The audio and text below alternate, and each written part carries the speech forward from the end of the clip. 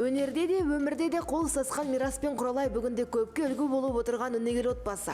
Жұлдызды жұптың эстрададағы орны бір төбе. Әйтсе де жұлдызды жұп мансаптан отбасын биік қояды. Перзенттері ата-ананың мейіріміне бөленіп, әженің де аялы алақанын сезініп өсіп келеді.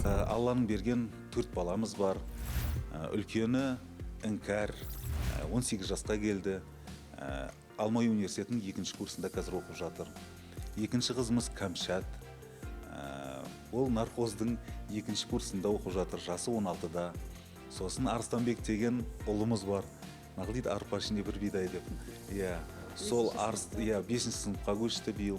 Сонымен қатар музыка мектепте оқиды. Сосын Айсұлу деген қызымыз бар, 6 жаста, 1-ші сыныпта оқиды қазір. Сол 4 баламыз бар. Отан отбасынан басалады деп әңгімесін отағасы әрі қарай жалғастырды. Тәрбие берудегі басты қағида отан сүйгіштікке баулу дейді ол. Алайда Құралай мен Мирас қыздардың өнер жолын таңдауына қарсы, себебі қыз бала өнерде жүрген оңай емес деп өзім есептеймін. Оған қандай жар тап болады, оның өнерге көзқарасы қандай болады, қандай ата-ене тап болады. Олар ертең барлығы енді Құралайдың енесі сияқты, Құралайдың жары сияқты табыла береді дейсің ба? Өзім сөйтіп мақтап қоймасам, сол себептен жалпы қыз бала өнерде ол оңай емес. Әке жүрек жалғыз ұлының өз жолын қуғанына қарсылық танытпапты. Арыстанбек деген батыр өнер мектебінде білім алады.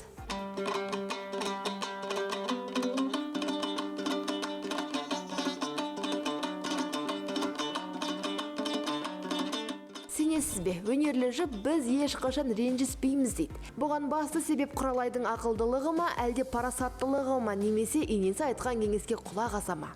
Құралайға баяғыда енесі айтқан ғой мауым енді. Құралай Мирас бір ашуланса күле бер деп. Күлімсіреп жүр деп. Сөйтіп Құралай күліп, мен сосын ұмытып қаламын, не үшін ұрысып жатырғанымды. Ондайларда болып қалады. Күліп жүреді дейсің.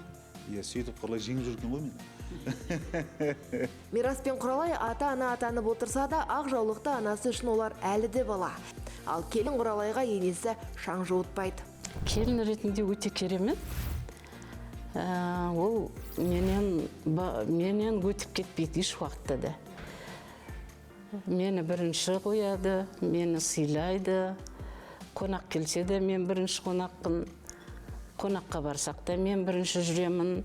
Ол мені сондай бірінші қояды, бірінші сыйлайды. Өте сондай жақсы адам негізі.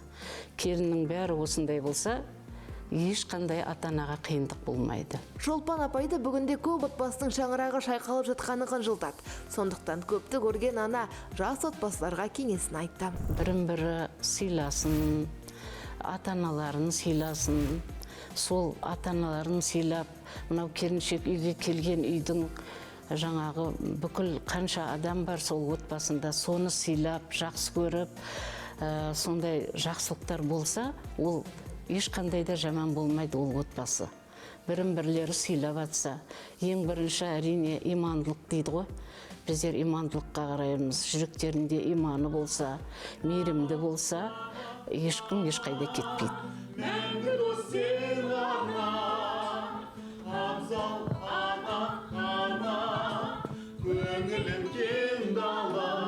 Бәрімізге де отбасылық мереке құтты болсын.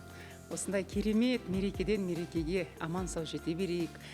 Отан отбасынан басталады дейді. Сол сияқты әр отбасыға береке, мереке, жақсылық, қуаныш.